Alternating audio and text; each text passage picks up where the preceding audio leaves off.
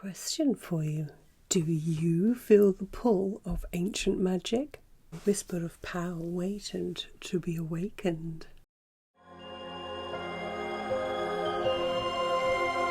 Are you looking to unlock your inner witch? We'll hold the pages of secrets to unlock your potential. So we're going to get started with 10 books that will fulfill your inner witch. So we have 2 novels and the rest are non-fiction. So the first one I'm going to start with is this book by Tracy Borman, and it's called The King's Witch. Now, even though the title suggests that maybe this character here, who lives in around the late 1500s to sort of like 1604 kind of ish time, she's not actually a witch. The main character, Frances Georges, is a nursemaid to the dying Queen Elizabeth I. Now, the majority of this book takes place when King James I comes to the throne, and history tells us that King James I was very much into catching witches. There was a huge witch hunt started in his reign, and unfortunately our character gets caught up in this. Now, women in those days, if you were knowledgeable about certain things like healing and herbs and stuff like that, then you were living dangerously. You were on quite a sort of hazardous path, because, you know, if you were to sort of mess people about or disappoint somebody or just say the wrong thing, they can get their big pointy witchy fingers out and go, witch, witch. And unfortunately, without spoiling too much, it happens with our main character. Now, there's a lot of descriptions on how they try and look for witch signs in the trials and all sorts. And yeah, this book is the first of 3. I've only read the first 2. I haven't read the last one, and I really must get around to it. And I say that a lot with a lot of books. But it's if you've read any of Tracy Borman's non-fiction books, then you'll know that the writing is really excellent. Now, the next novel is a book called The Witch's Daughter by Paula Braxton.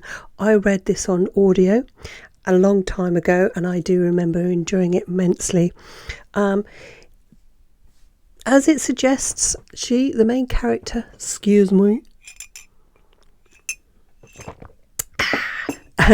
the main character is a witch, is the daughter of a witch, and she goes through a transformation. I'm not going to tell you too much. It's very entertaining. It's not the boil, bubble and toil kind of round a cauldron, you know, with boils and crooked teeth. Definitely check out her books, because I really need to. I've mentioned Tracy Borman before, so I'm going to mention her again, and she has a non-fiction book on witches. And it coincides with her novel-ish, because this is all about James I and the witch hunts, and it's fascinating. I really, really enjoyed this book. It's got an amazing cover. It is gripping, it is enthralling, and very, very accurate. Now we come to another book. It's just entitled Witch. It's by Lisa Lester, and it is unleashed, untamed, and unapologetic. It's kind of like a workbook, and I'm going to read you the back. It says, "A witch is a woman in her power. She is wise, a healer, and someone who is aligned with the cycles of Mother Nature and the phases of the moon. Yet for so long the word witch has had negative connotations. A woman shouldn't be afraid of embracing her inner witch, I guess. You don't have to be flying on a broomstick. Just be at one with yourself and with your power."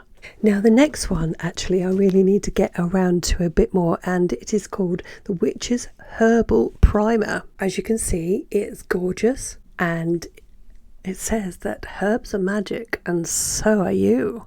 I'll show you a more detailed look in a second. We have some glorious illustrations and some information about said herbs, and there's pages in there that you can write your own little notes in too. Have you ever felt a connection to plants and nature?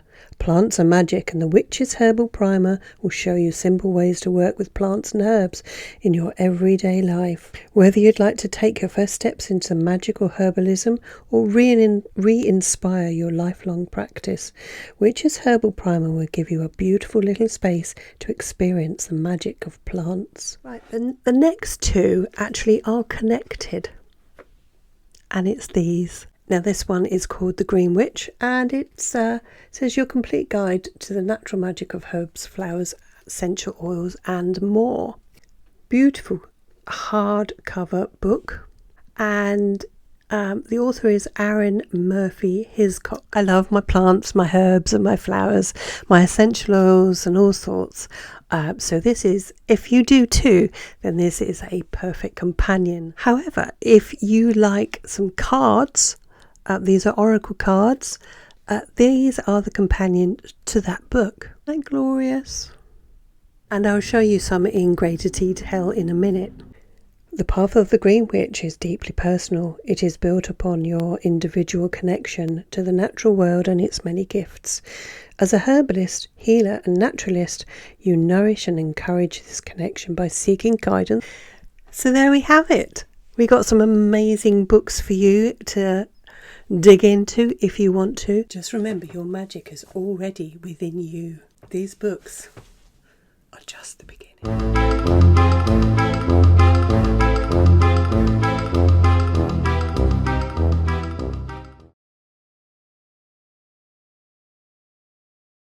"10 books to fulfill your inner witch." Stop kicking something under the table.